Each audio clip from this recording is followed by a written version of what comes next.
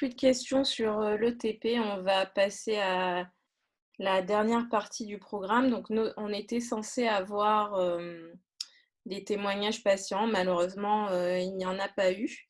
En attendant que la personne, la professionnelle se connecte pour la séance d'hypnose relax, je voulais savoir s'il y a des personnes qui souhaitent prendre la parole.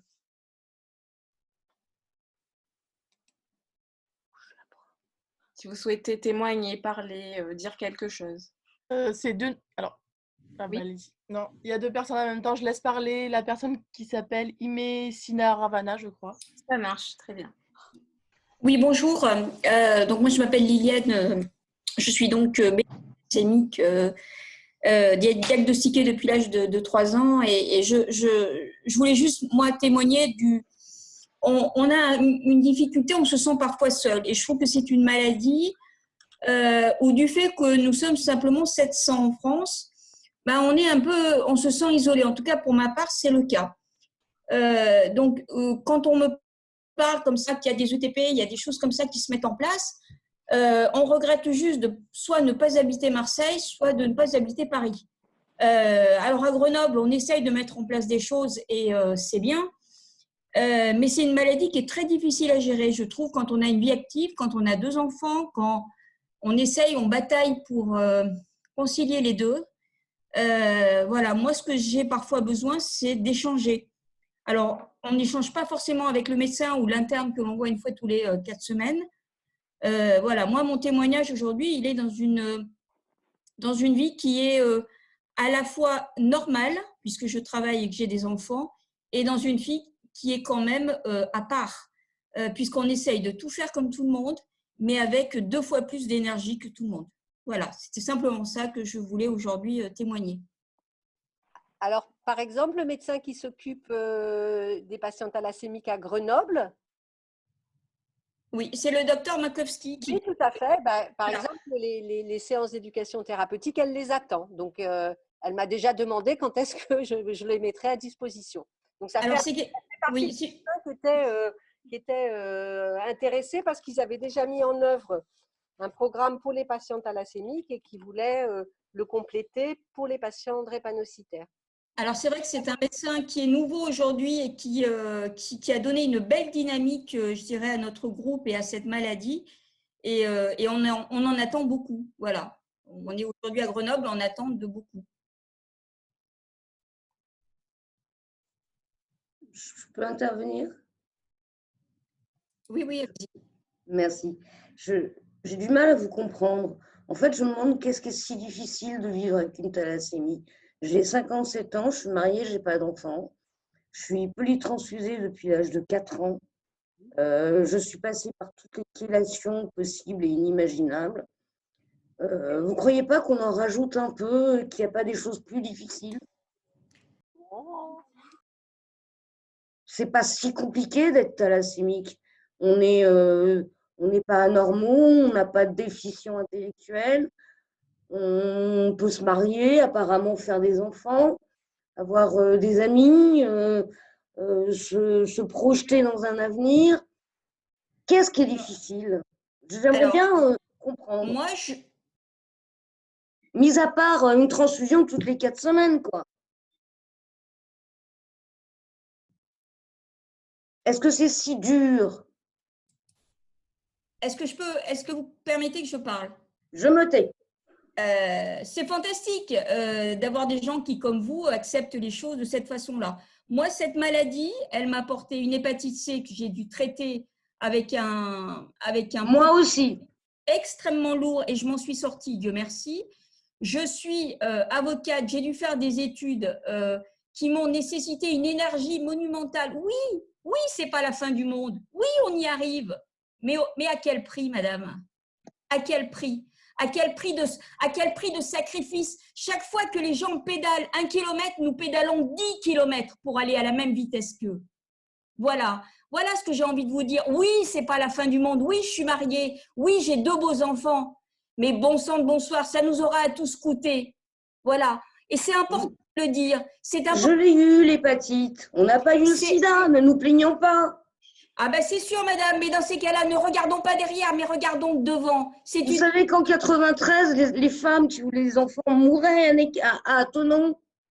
On les Écoutez, tuait. madame, je pense que vous n'avez pas la même vision que moi. Moi, j'ai une vision de combat. Vous êtes avocate. Alors, Eh ben, c'est génial. Excusez-moi. Est-ce que c'est pas un plus d'être malade finalement? Ah mais non, excusez-moi, je m'en serais passée, madame. Je m'en serais vraiment passée. Alors, Excusez-moi. peut-être devons-nous avoir plus d'humilité par rapport à tout ce qui peut se passer ailleurs et autour de nous. S'il vous plaît, il y a d'autres personnes qui veulent prendre la parole. Donc, Nathalie Damiano a levé la main. Nathalie? Non, c'est juste, je sais pas si vous m'entendez. Oui. Est-ce que vous m'entendez? On entend bien. Oui. C'était pour non, je suis d'accord avec m.adot@free.fr. Je sais pas votre prénom. Et parce que moi j'ai 46 ans, bon c'est vrai que c'est difficile d'avoir cette maladie, mais bon moi je trouve qu'on est des combattantes et voilà, il faut combattre et puis voilà, et puis la vie elle est comme ça, on est né avec, on n'a pas eu le choix, malheureusement, mais pourquoi rejeter, enfin je sais pas, moi je suis comme madame. C'est difficile, j'ai eu l'hépatite C moi aussi, pareil, j'ai 46 ans. Et au contraire, la vie, c'est un combat pour tout ce qui est n'importe quelle autre maladie. Et c'est pas que la thalassémie, c'est la vie qui est comme ça. C'est un combat de tous les jours. Donc voilà, c'était pour juste dire ça. Voilà. Et alors, je crois que… Merci Nathalie. Je crois que Leïla voulait dire un mot. Oui, alors merci. Alors je ne pense pas qu'on soit là pour savoir qui a la vérité absolue, savoir comment on supporte. Je pense que chaque personne, même si on a la même pathologie, que ce soit une bêta-thalassémie, qu'on ait eu une hépatite C, qu'on a eu des accidents transfusionnels, bref, j'en passe, qu'on ait des enfants, qu'on n'ait pas d'enfants. Voilà, chacun, après, il y a le caractère, l'éducation. Je pense qu'il n'y a pas qu'un seul facteur qui rentre. Alors oui, on n'a pas le sida, on n'a pas… Enfin voilà, ça reste quand même une maladie. Il n'y a ni de pour, ni de contre. J'ai fait alors moi personnellement, je parle en tant que Leïla Bouiaba. Personnellement, j'ai fait mes études, j'ai fait du sport à l'école, j'ai fait mon bac+5. Ça m'a coûté énormément d'efforts. Alors, est-ce que moi, mon organisme, au niveau physiologique ou mon caractère fait que pour moi, cette maladie, elle est lourde, mais c'est vrai qu'on se retrouve quand même assez seul. Surtout quand, alors même si on est bien entouré, hein, je suis bien entourée au niveau familial, au niveau, voilà, les amis, mais ça reste quand même, je pense, alors, moi je pense qu'on ne peut pas comparer ce qui n'est pas comparable, mais je pense que ce n'est pas tout à fait normal d'aller toutes les 4 semaines ou toutes les 3 semaines, d'aller être rempli d'1 litre de sang, de faire des piqûres. Alors maintenant on a l'Exjad, Dieu merci, voilà, la médecine elle a avancé, heureusement. Je pense que ce n'est pas normal voilà, d'avoir eu des traitements lourds comme le Desferal et toutes ces… Enfin voilà, je pense qu'on est plus ou moins passé par les mêmes péripéties, on va dire, dans la maladie. Enfin voilà, je pense qu'il n'y a pas de vérité absolue. Après, moi, juste avant voilà, tous ces témoignages, je voulais juste te dire que je suis sur la région Auvergne-Rhône-Alpes. Donc, madame, alors je ne sais plus quel docteur a parlé qu'il allait peut-être avoir une extension sur Grenoble des ETP. Donc, s'il y a besoin, moi, je suis sur la Savoie. On n'est pas beaucoup, on doit être 3, 4, enfin, on est 3. Donc, voilà, s'il y a besoin de ressources humaines, de motivation, d'aide, moi, il n'y a pas de souci, je suis là. Après, voilà, je souhaite bon courage à tout le monde, à ceux qui arrivent à gérer au mieux la maladie et à ceux pour qui c'est un peu plus dur. Mais je pense qu'il n'y a pas de… Alors oui, on n'est pas en guerre, on n'a pas des bombes qui nous tombent toutes sur la tête, on a pu aller à l'école, on a pu avoir une famille, il y a des gens qui ont pu avoir des enfants. Mais voilà, après, je crois qu'il faut pas tout mélanger. Mais voilà, je souhaite une bonne continuation à tout le monde. Merci. Merci. Est-ce que d'autres personnes veulent prendre la parole avant qu'on finisse ce webinaire par notre séance de relaxation? Non, pas de prise de parole. Donc déjà, j'espère que personne ne va quitter la séance avant qu'on ne finisse, parce que je voulais remercier, je voulais faire des remerciements à la fin. Donc, on va donner la parole à Madame Rama Assona Ledo. Voilà, Rama, je te laisse la parole. Il y a une demande particulière, c'est est-ce que tout le monde peut activer sa webcam pour cette séance de relaxation? Bonjour à tous. Salut Rama. Je t'invite à te présenter et à présenter ce que tu... Oui. Voilà. J'attends d'abord de voir si c'est possible qu'on branche tous nos webcams. J'espère que vous m'entendez. On t'entend bien. Ça va, ok. Alors, je me présente. Donc, je suis Rama Assona Ledo, je suis hypnothérapeute. Je pratique également l'énergétique et la médecine traditionnelle chinoise. Et je suis installée à Marseille en cabinet depuis plus de 5 ans. Voilà. On a déjà participé, mon mari et moi, à l'un de vos événements, même plusieurs. Donc voilà, aujourd'hui, j'espère qu'on pourra tous ensemble profiter de ce moment de relaxation. Donc, c'est une relax hypnose. Donc, c'est juste une manière de se détendre et de faire profiter du moment présent pendant 30 minutes. Donc, cette hypnose, cette relax hypnose est basée sur quelque chose qu'on appelle l'hypnose humaniste. Donc, c'est une hypnose où vous allez tous pouvoir être plus en conscience. Ce n'est pas une hypnose où chacun va s'endormir, hein, attention. Donc, je vous invite vraiment à essayer de vous positionner sur une chaise confortable, mais à la fois tout en étant bien présent. Essayons de ne pas trop nous allonger si possible et essayez de bien mettre vos pieds à plat sur le sol si vous pouvez, ou sinon, vous pouvez même vous mettre en tailleur, mais l'important, c'est de garder le dos un minimum droit, sans forcer, hein, juste détendu, mais droit. Voilà. Et voilà, donc je compte sur vous pour bien rester là. Hein. Donc le but, si vous sentez que vous commencez à partir ou que vous commencez à vous endormir, essayez de taper des pieds sur le sol ou de vos mains sur je sais pas, sur votre support. Essayez de rester avec moi. Voilà. Maintenant, si vous partez, c'est pas très grave. Ça veut dire que vous êtes bien relaxé.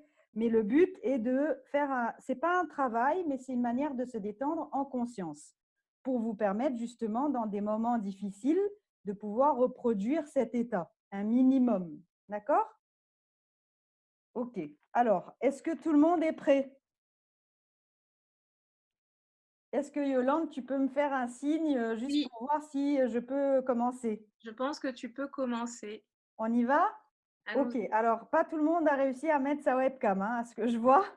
D'accord. Bon, c'est dommage. En fait, ça me permet, moi, de voir s'il y a une personne qui commence à partir, de pouvoir la nommer et lui demander de rester avec moi. Voilà, d'une certaine manière, hein, pas comme ça, hein, pas d'une manière si brute, avec le langage de l'hypnose, hein, bien sûr. Voilà, donc si l'un de vous peut encore activer sa caméra, c'est le moment. Voilà.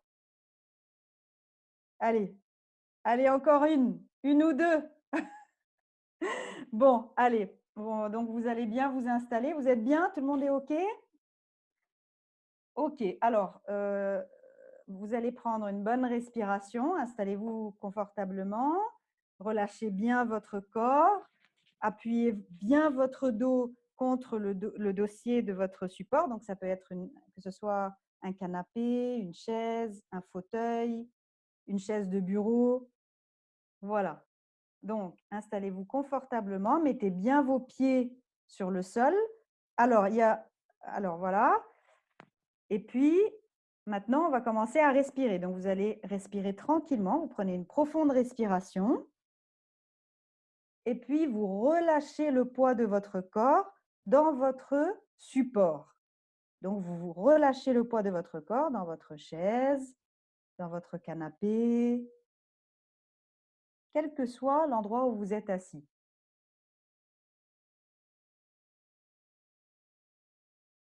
Est-ce que ça va?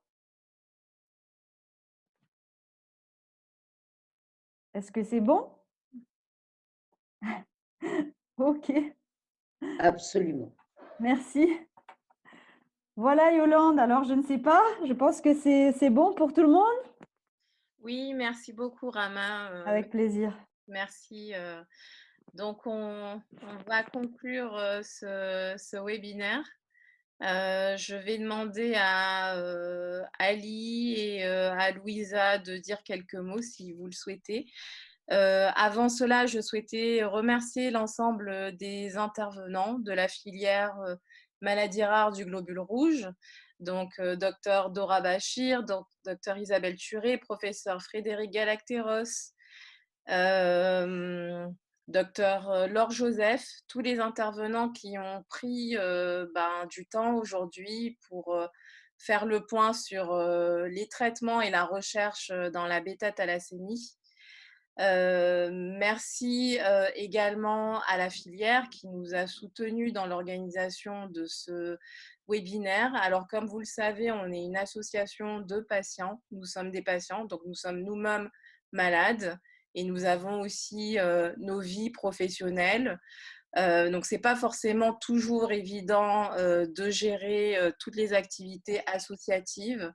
Et nous cherchons toujours des volontaires, des bénévoles pour s'engager à nos côtés et pour qu'ils puissent, ce type d'action puisse continuer, perdurer, qu'on puisse avoir chaque année des journées de la thalassémie et des actions en faveur des malades.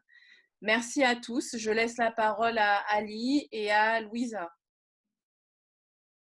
Oui, merci à tous, aux médecins, à tout le monde d'avoir participé à ce webinaire.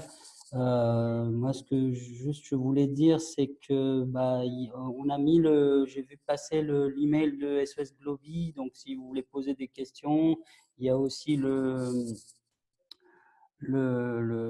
WhatsApp du groupe Betatal. Donc voilà, n'hésitez pas à venir dessus, à poser des questions, à discuter avec nous. Et donc du coup, vas-y à toi, Louisa.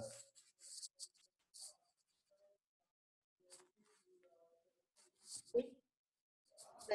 Pareil, je souhaiterais remercier Yolande et la FMDT pour l'organisation de cette réunion, pour nous avoir permis, comme j'ai dit ce matin, de nous informer, de nous revoir, même si c'est un outil nouveau pour moi aujourd'hui, mais c'est pas plus mal, ça s'est très très bien passé. Remercier bien sûr aussi les intervenants qui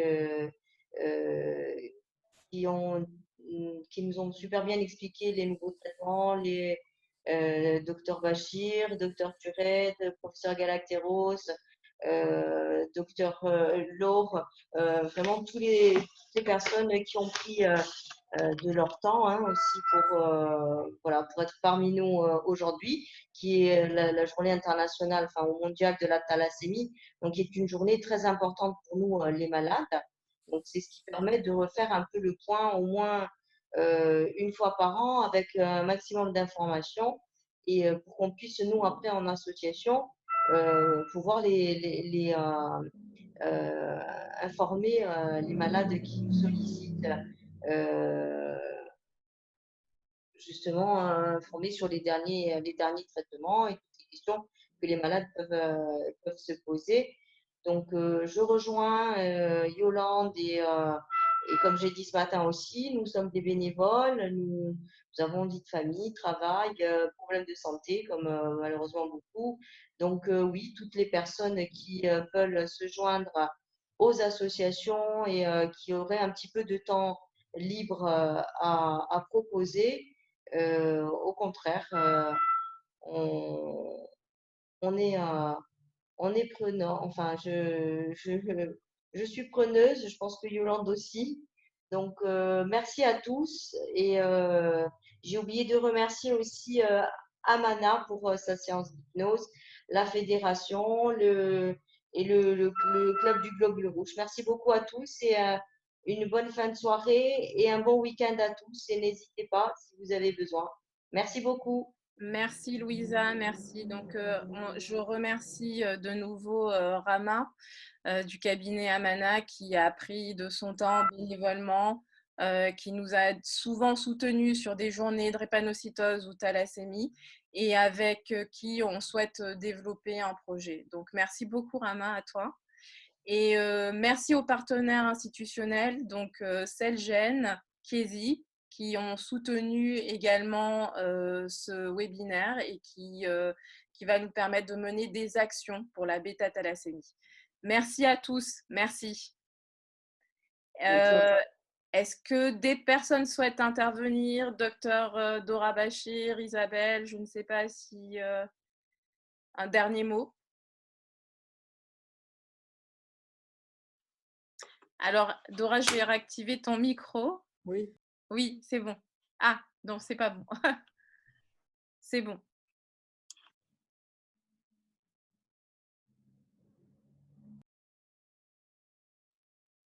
Alors, je crois... On n'entend pas. On n'entend pas Dora. Non. Oui, c'est bon, Dora, on t'entend. Il me dit que... Il faut peut-être que je l'active là. Non, on t'entend, Dora. Ah ouais, d'accord. Ok, non, moi, je voulais dire qu'il y a besoin de visibilité pour la thalassémie. On entend bien qu'il y a des rancœurs, qu'il y a vraiment beaucoup de patients se sentent seuls. Et je pense que l'éducation thérapeutique, autant les programmes à Marseille que le programme que nous, on a d'extension, vont permettre de fédérer les patients et d'être utiles dans le... Donc, c'est pour ça que c'est vraiment important et je pense que la FMDT peut relayer justement les avis des patients. Il y a besoin aussi d'avoir, comme on a fait pour la drépanocytose, il y a eu des ouvrages sur les familles, je pense à l'ouvrage de Marie-Hélène Buc sur les entretiens de drépanocytaires et tout ça. Il y a besoin de vraiment savoir comment vous, les patients, vous vivez et comment vous vous organisez. On sent qu'il y a effectivement, c'est difficile, mais justement, vous avez énormément de courage et je trouve qu'il faut partager ces expériences. Voilà. Moi, je suis quand même étonnée que à la fois la drépanocytose, la thalassémie, ça ne fasse pas partie des fictions.